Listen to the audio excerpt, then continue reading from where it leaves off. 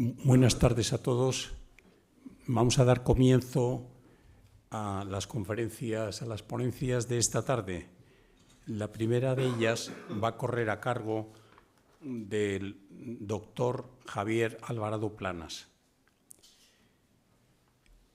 Javier Alvarado Planas es doctor en Derecho y doctor en Ciencias de la Documentación, catedrático de Historia del Derecho y de las Instituciones en la Universidad Nacional de Educación a Distancia.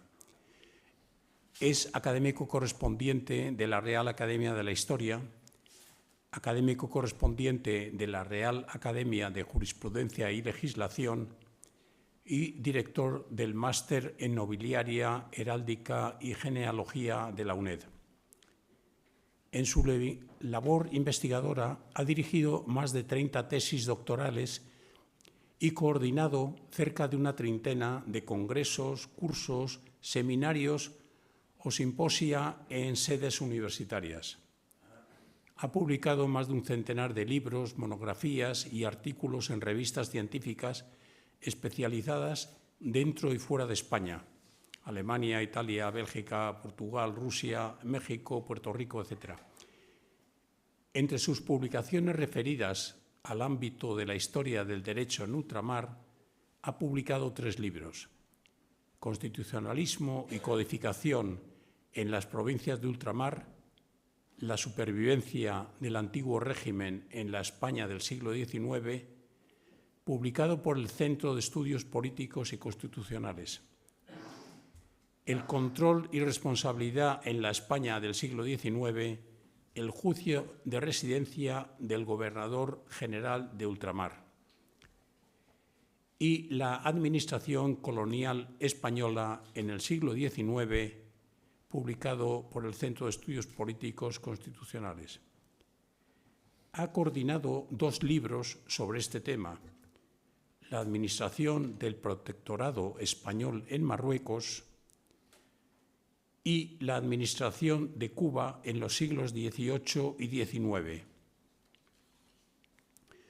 Ha recibido distintos reconocimientos: el Premio Nacional de Historia del año 2009 por su participación en la obra colectiva El Rey, Historia de la Monarquía; el Premio Nacional de Investigación Hidalgos de España en 2015 en Heráldica, Genealogía y Nobiliaria; la Cruz de Honor de la Orden de San Raimundo de Peñafort, otorgada por el Ministerio de Justicia; la Encomienda con Placa de la Orden de Alfonso X el Sabio, otorgada por el Ministerio de Educación; y la Encomienda de la Orden de Isabel la Católica, otorgada por el Ministerio de Asuntos Exteriores.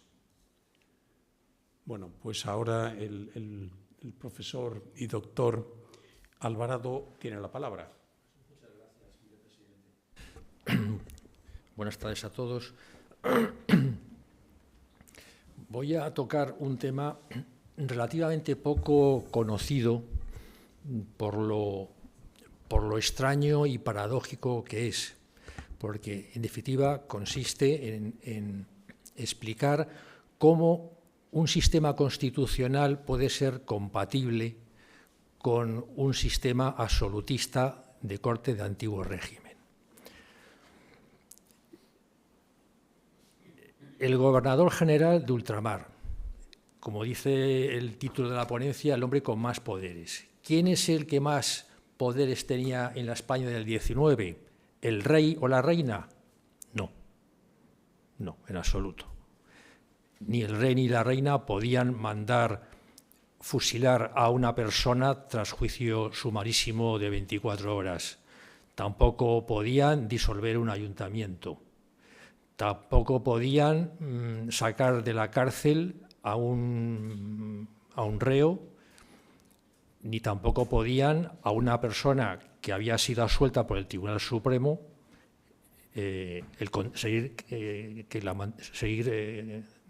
ordenar que siguieran en la cárcel.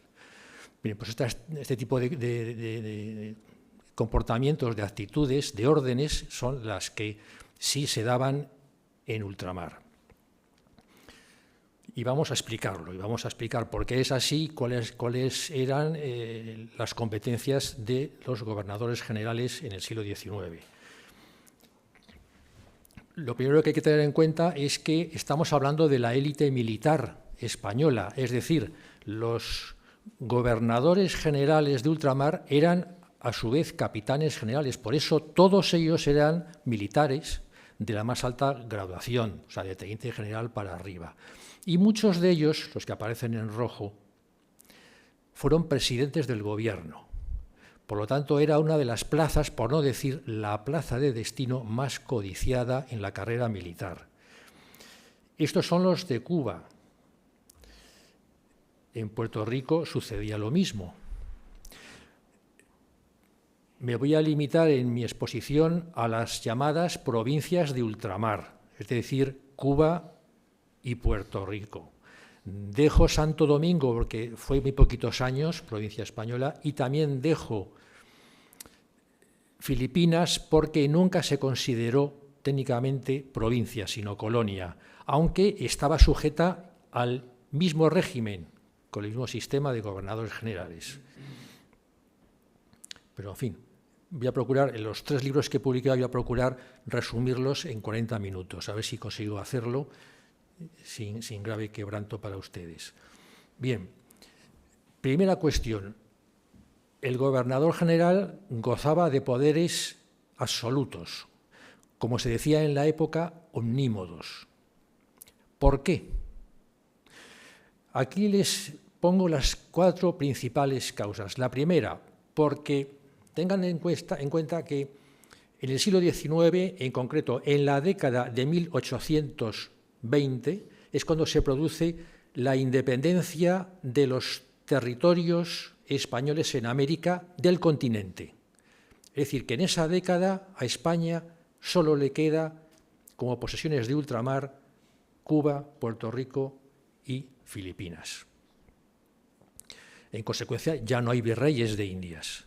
Sin embargo, en Cuba y Puerto Rico, los gobernadores generales van a heredar, van a asumir parte del estatuto jurídico de los virreyes de Indias, que gozan de amplísimas facultades que aparecen reguladas en la recopilación de leyes de Indias sancionada en su momento en 1680.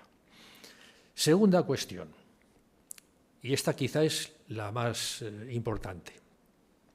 En esta década en que se produce la independencia del continente americano, Cuba y Puerto Rico se consideran, y no es una ficción, se consideran plazas sitiadas por el enemigo, porque están rodeadas por enemigos hostiles, es decir, México, Estados Unidos de Norteamérica, Santo Domingo, es decir, están rodeadas por americanos, mexicanos, franceses e incluso ingleses que continuamente están financiando a los movimientos independentistas cubanos y puertorriqueños para que ellos fomenten la insurrección. Y en consecuencia hace falta militarizar las islas, establecer determinadas disposiciones, toque de queda, limitación de libertades de reunión, asociación, etcétera, etcétera. ¿Esto qué va a provocar? Pues la famosa Real Orden, no es un Real Decreto, no, es una Real Orden de 28 de mayo de 1825 que otorga facultades omnímodas al gobernador general de Cuba y de Puerto Rico y de Filipinas, considerándole comandante de plaza sitiada, es decir, poderes absolutos. Y todo esto durante gran parte del XIX va a existir. Ya veremos las consecuencias de todo esto. Luego, tercera causa que explica esta situación tan anómala de ultramar es la siguiente. En la década de 1820, la independencia de los territorios continentales de América va a ser traumática para España y se va a considerar que gran parte de la culpa de ello fue la aplicación en esos territorios de la Constitución de 1812, que concedía ciertas libertades a los ciudadanos. En concreto, por ejemplo, libertad de asociación, libertad de reunión, etcétera, etcétera. Y que, por lo tanto, todas esas libertades habían sido utilizadas por los movimientos independentistas para laborar en favor de la insurrección. Y que, en definitiva, seguir manteniendo un sistema constitucional en Cuba y Puerto Rico, lo único que iba a servir era para facilitar, a su vez, que los movimientos de insurrección pudiesen trabajar con mayor facilidad. En consecuencia, va a acontecer una cuestión bastante importante, y es que todas las constituciones del 19, todas, o sea, 1837, 1845, 1869 y 1876, van a terminar en su texto con una disposición adicional que va a decir lo mismo siempre, es: las provincias de ultramar se regirán por leyes especiales. Punto. ¿Qué significa esto? Que allí no se va a aplicar la Constitución, se van a aplicar las leyes especiales. ¿Qué son las leyes especiales? Pues la recopilación de leyes de Indias, el fuero juzgo de los visigodos, las partidas de Alfonso X, la nueva recopilación y la novísima recopilación, o sea, la legislación del antiguo régimen. Esas son las leyes especiales inicialmente. Y en cuarto lugar, y no menos importante,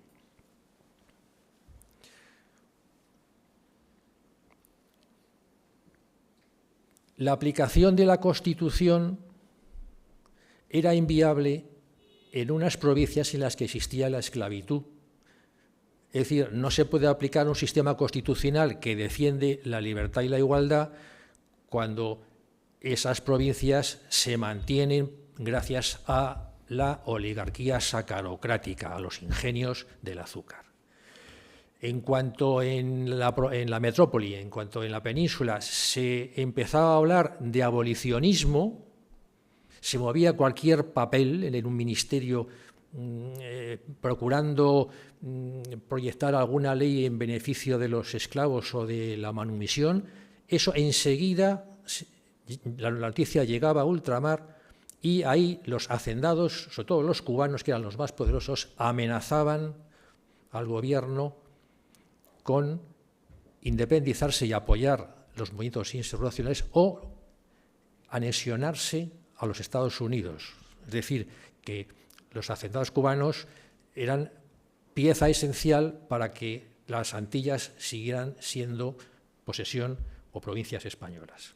En definitiva, que había una incompatibilidad entre el régimen constitucional y el sistema esclavista. ¿Consecuencias de todo ello? Muchas. Aquí señalo básicamente tres. La paradoja de que en la España constitucional existieran dos provincias al margen del sistema constitucional y en las que se aplicaban las instituciones del antiguo régimen de manera pura y dura. Vamos a ver luego algunos ejemplos. Segunda consecuencia, la afirmación de que España entra en el sistema liberal democrático constitucional en 1812 es una afirmación correcta, pero la afirmación de que el antiguo régimen termina en 1812, no. El antiguo régimen en España termina cuando las provincias de ultramar se pierden. Esa es una paradoja realmente sorprendente, pero ahí está. Es decir, en España, durante todo el XIX, hubo dos sistemas que convivieron de manera perfectamente compatible, hombre, con sus cosillas, pero ahí están. Son ejemplos que la ley soportó perfectamente. Y ya he mencionado que en cuanto a los movimientos abolicionistas españoles, que fueron muy potentes, sobre todo a partir del sexenio revolucionario, promovían la abolición de la esclavitud, enseguida había movimientos de signo contrario que amenazaban con la independencia o la anexión a los Estados Unidos. Vamos a explicar básicamente las diferencias político-administrativas del sistema constitucional que siguió España en la metrópoli, que es la columna de la izquierda, en la península, y lo que se aplicó en ultramar. Como ustedes ya saben, lo que se llama sistema constitucional básicamente consiste en imperio de la ley, reconocimiento de derechos y libertades y división de poderes. Los tres poderes: legislativo, ejecutivo y judicial. Pues bien, en la península e islas adyacentes, el imperio de la ley consistía en lo que se llama la pirámide normativa de Kelsen. Es decir, hay una pirámide en donde en la cumbre está la Constitución como norma superior del Estado, el código político, que inspira todo lo demás. Y luego hay un sistema legislativo jerárquico, leyes, reales decretos, órdenes, reglamentos, etcétera, etcétera. Paralelamente, en España se produce lo que se llama el fenómeno de la codificación, es decir, la seguridad jurídica de que se puede hacer todo lo que no esté prohibido expresamente. Esa, por ejemplo, es la filosofía del Código Penal. Nuestro primer Código Penal constitucional es de 1822.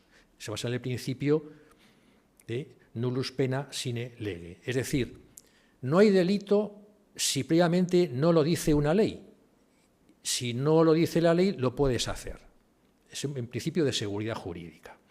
Y el principio también de aritmética penal.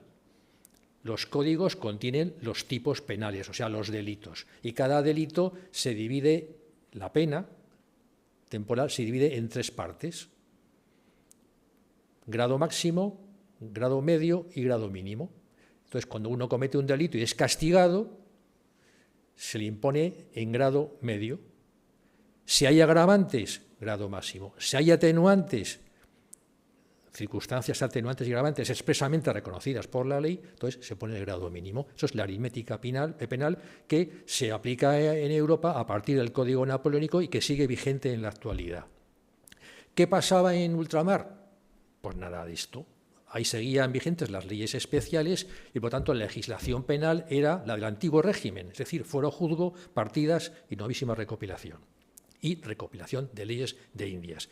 Hasta el extremo de que muchos jueces de ultramar se quejaban por escrito al ministro de ultramar y al ministro de Justicia pidiendo la aplicación de los códigos de la metrópoli, de la península, a ultramar.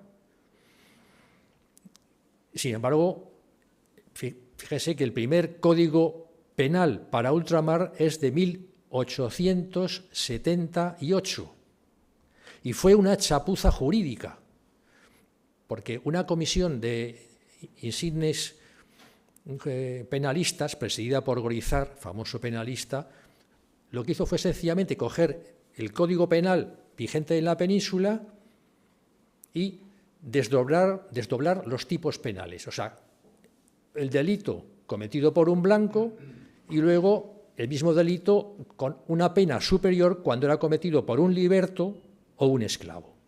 Esa fue simplemente la operación de traslado del Código Penal. El resto de las veces lo que se hacía era el sistema llamado de communicatio, es decir, cuando había interés en aplicar alguna ley en ultramar, se creaba una junta y adaptaba esa legislación, esa normativa, a las circunstancias especiales de la isla para no inquietar a la sacarocracia. En definitiva, que los jueces seguían el sistema no de aritmética penal, es decir, que les obliga, el sistema, digamos, matemático, sino el sistema discrecional de penas arbitrarias típicas del antiguo régimen. Bueno, apartado B, reconocimiento de derechos y libertades. Bueno, pues durante todo el siglo XIX se van desarrollando en las diferentes constituciones, sobre todo en la del 69, libertad individual, derecho de asociación, reunión, expresión, libertad de prensa, etcétera, etcétera. Bueno, esto no existió en las dos provincias de ultramar precisamente por la esclavitud. La esclavitud se abolió en Cuba en 1880, formalmente. En el fondo siguió luego bajo la figura del patronato de libertos. Era una forma enmascarada de continuar sometidos al antiguo dueño. Y en todo caso, la concesión de alguna legislación sobre libertad de prensa y de asociación, en cuanto llegaba a ultramar, era suspendida casi a las pocas semanas por el gobernador superior civil. Dos ejemplos significativos. Derecho de representación en Cortes, es decir, el derecho de que cada provincia tenga sus diputados y senadores en las Cortes.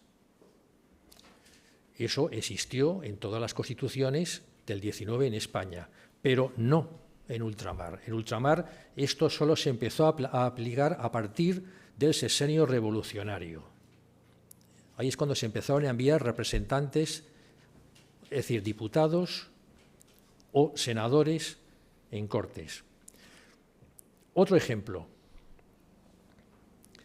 derecho de sufragio. Ustedes verán en muchos manuales de derecho constitucional la afirmación de que en España el derecho de sufragio universal se aplicó por primera vez en la Constitución de 1869. Sufragio universal, porque antes era censitario capacitario, o sea, solamente podían votar quienes tuviesen determinada capacidad económica o determinada educación o formación, capacidad, por eso se llama censitario capacitario.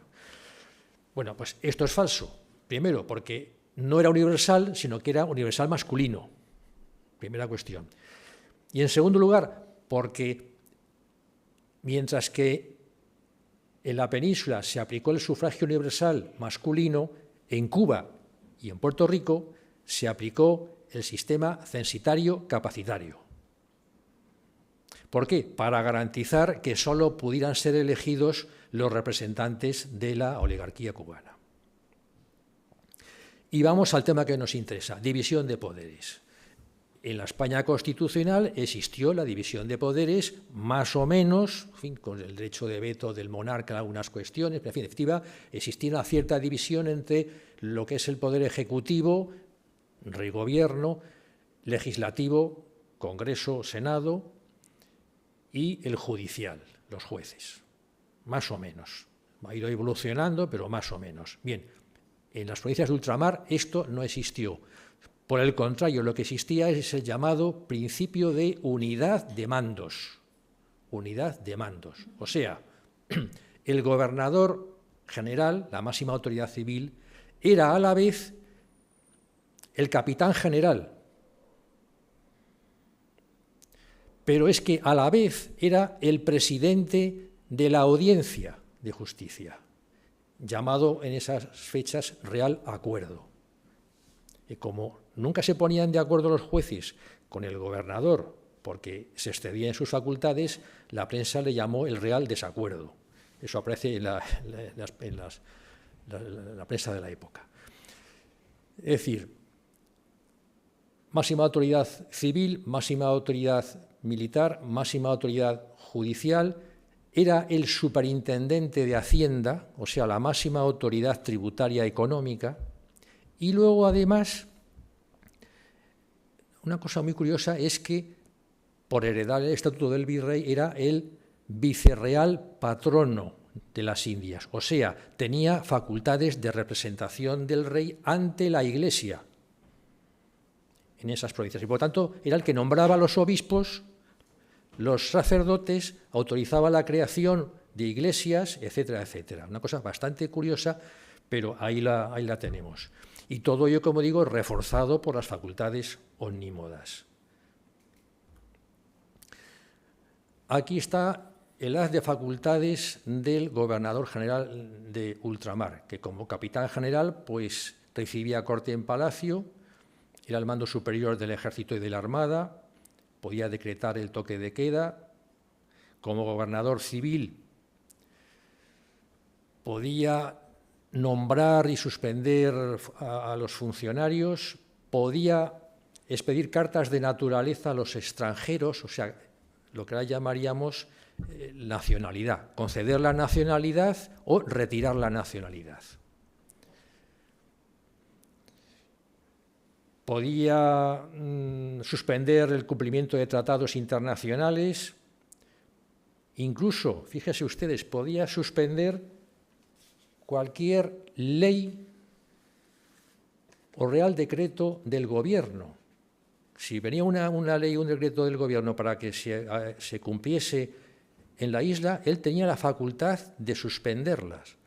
Y además el procedimiento era el procedimiento típico del antiguo régimen, o sea, cogía el papiro ante sus consejeros, se lo ponía encima de la cabeza y decía: la acato, pero no la cumplo, por motivos de seguridad y de orden público. Ese era el procedimiento que se utilizaba. Es una frase de origen medieval: lo acato, pero no lo cumplo. Podía suspender los ayuntamientos.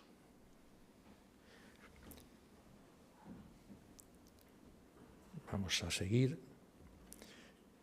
En el ámbito de la administración provincial podía nombrar a los presidentes de las diputaciones y suspenderlos también de sus funciones, tanto al presidente como al secretario de la Diputación y los funcionarios de la misma. Respecto a la administración municipal, pues podía resolver los expedientes de creación, segregación y supresión de municipios, podía nombrar y separar a alcaldes. Esto se hizo con mucha frecuencia, sobre todo en periodo electoral. En periodo electoral, cuando los alcaldes eran del partido contrario, automáticamente eran suspendidos y se nombraba al más adicto. O directamente se suspendía el ayuntamiento. Se podían suspender los acuerdos adoptados por los ayuntamientos y luego, como presidente de la audiencia,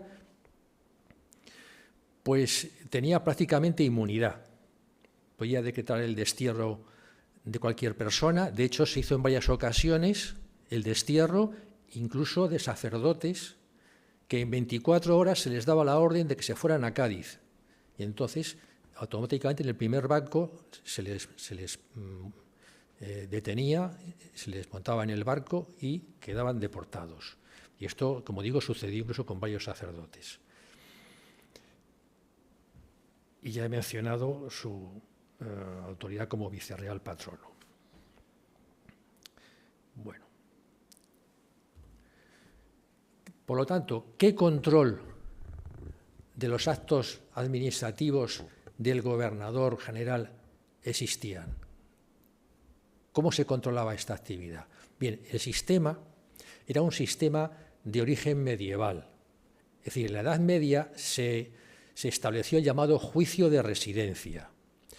Es un juicio que, como digo, existió en España en la Edad Media y consistía en que cuando una persona había desempeñado una función pública y dejaba ese cargo, quedaba obligada a residir 2 meses en ese sitio para responder de posibles reclamaciones de cualquier persona. Ese era el procedimiento del juicio se llama residencia porque tenía obligación de residenciarse 2 meses. Y este es el procedimiento de control de la actividad de los gobernadores generales de ultramar en el siglo XIX. Es decir, cuando cesaban en sus funciones, se quedaban 2 meses, aunque la mayor parte de las veces dejaban a un abogado y se iban, ¿no?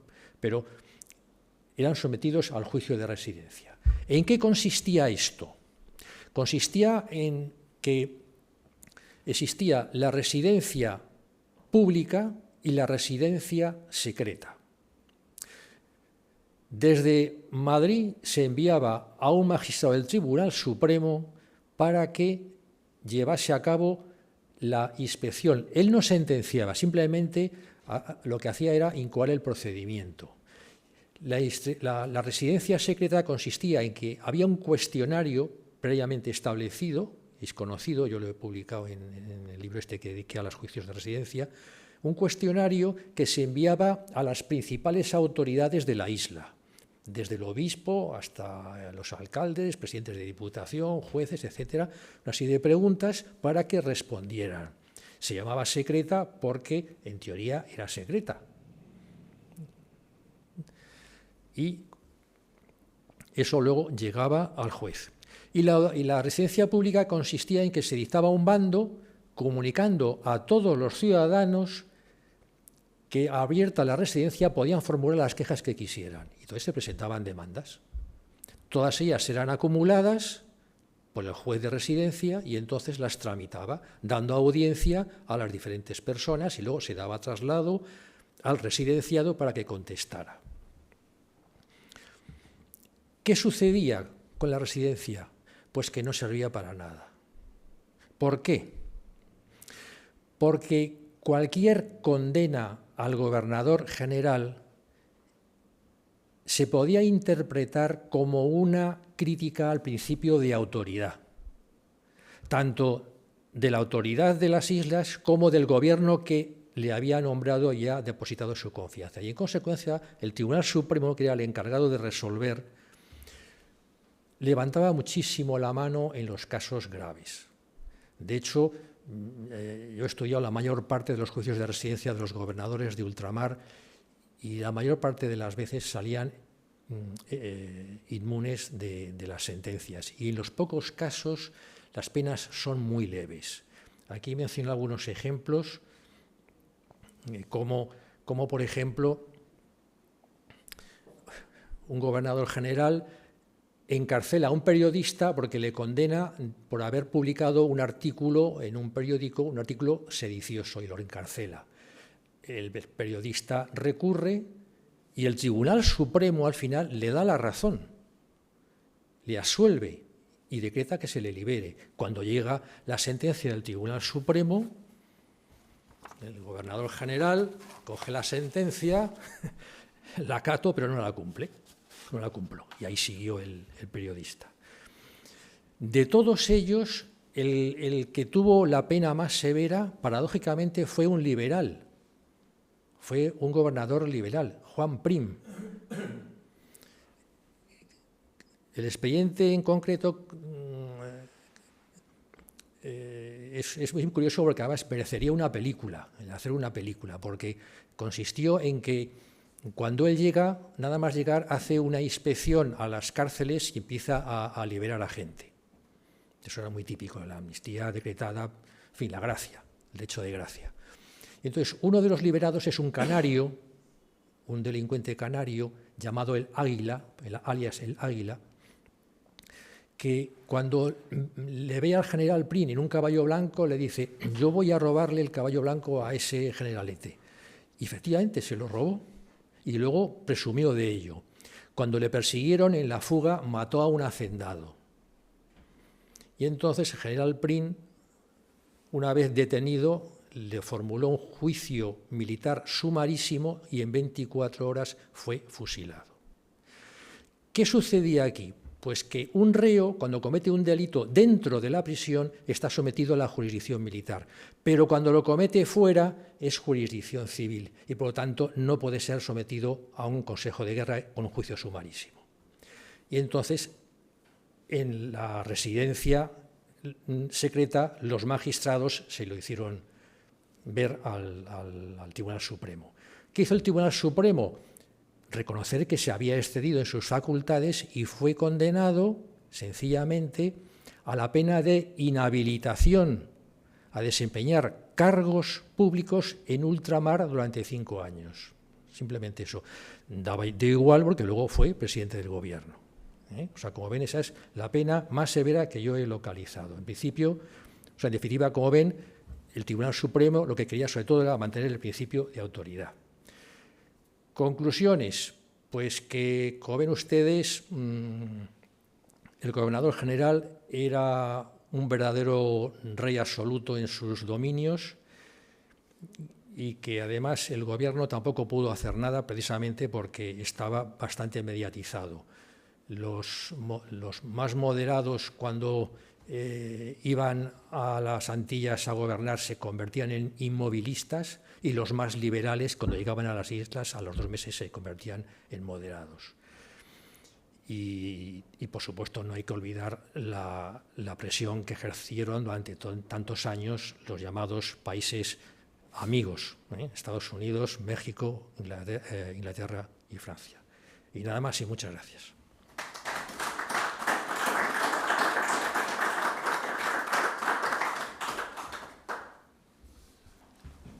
Bueno, entramos ahora en el turno de preguntas. Si hay alguien en la sala que desea hacer alguna pregunta. Sí, Adelante. Buenas tardes, profesor. Quería preguntarle si hay alguna diferencia sustancial entre el juicio de residencia de los virreyes de Nueva España y Perú, si hay alguna diferencia sustancial entre los virreyes o los juicios de residencia de los virreyes de Nueva España, Perú o luego Nueva Granada y el Río de la Plata con los gobernadores generales. Si no recuerdo mal, algún virrey del Perú en este caso pues fue juzgado de manera bastante estricta. Cuando regresó a la península tuvo algunos problemas y no sé si eso ha sucedido con algún gobernador general o los gobernadores generales en general han tenido una suerte mayor en general. Sí. El procedimiento era el mismo. Lo que pasa es que las circunstancias cambiaron.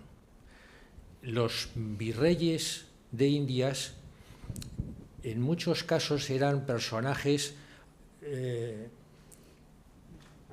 que, aun gozando de la confianza del rey, tenían siempre tenían espías de Madrid por si se excedían en sus facultades, porque era muy frecuente esto, ¿no? Entonces, en los juicios de residencia, yo he visto muy pocos juicios, conozco muy poco los juicios de residencia de los virreyes de Indias. Lo suficiente como para saber que el procedimiento era el mismo. Pero ahí efectivamente sí había un ánimo ejemplarizante. Mientras que la diferencia con los de ultramar del 19 es que la situación era dramática, porque cualquier crítica al gobernador era tomada como una crítica al gobierno central y por lo tanto eso insuflaba ánimos a los movimientos de insurrección. Muchas gracias. ¿Hay alguna otra pregunta? Bueno, pues entonces damos la conferencia por finalizada.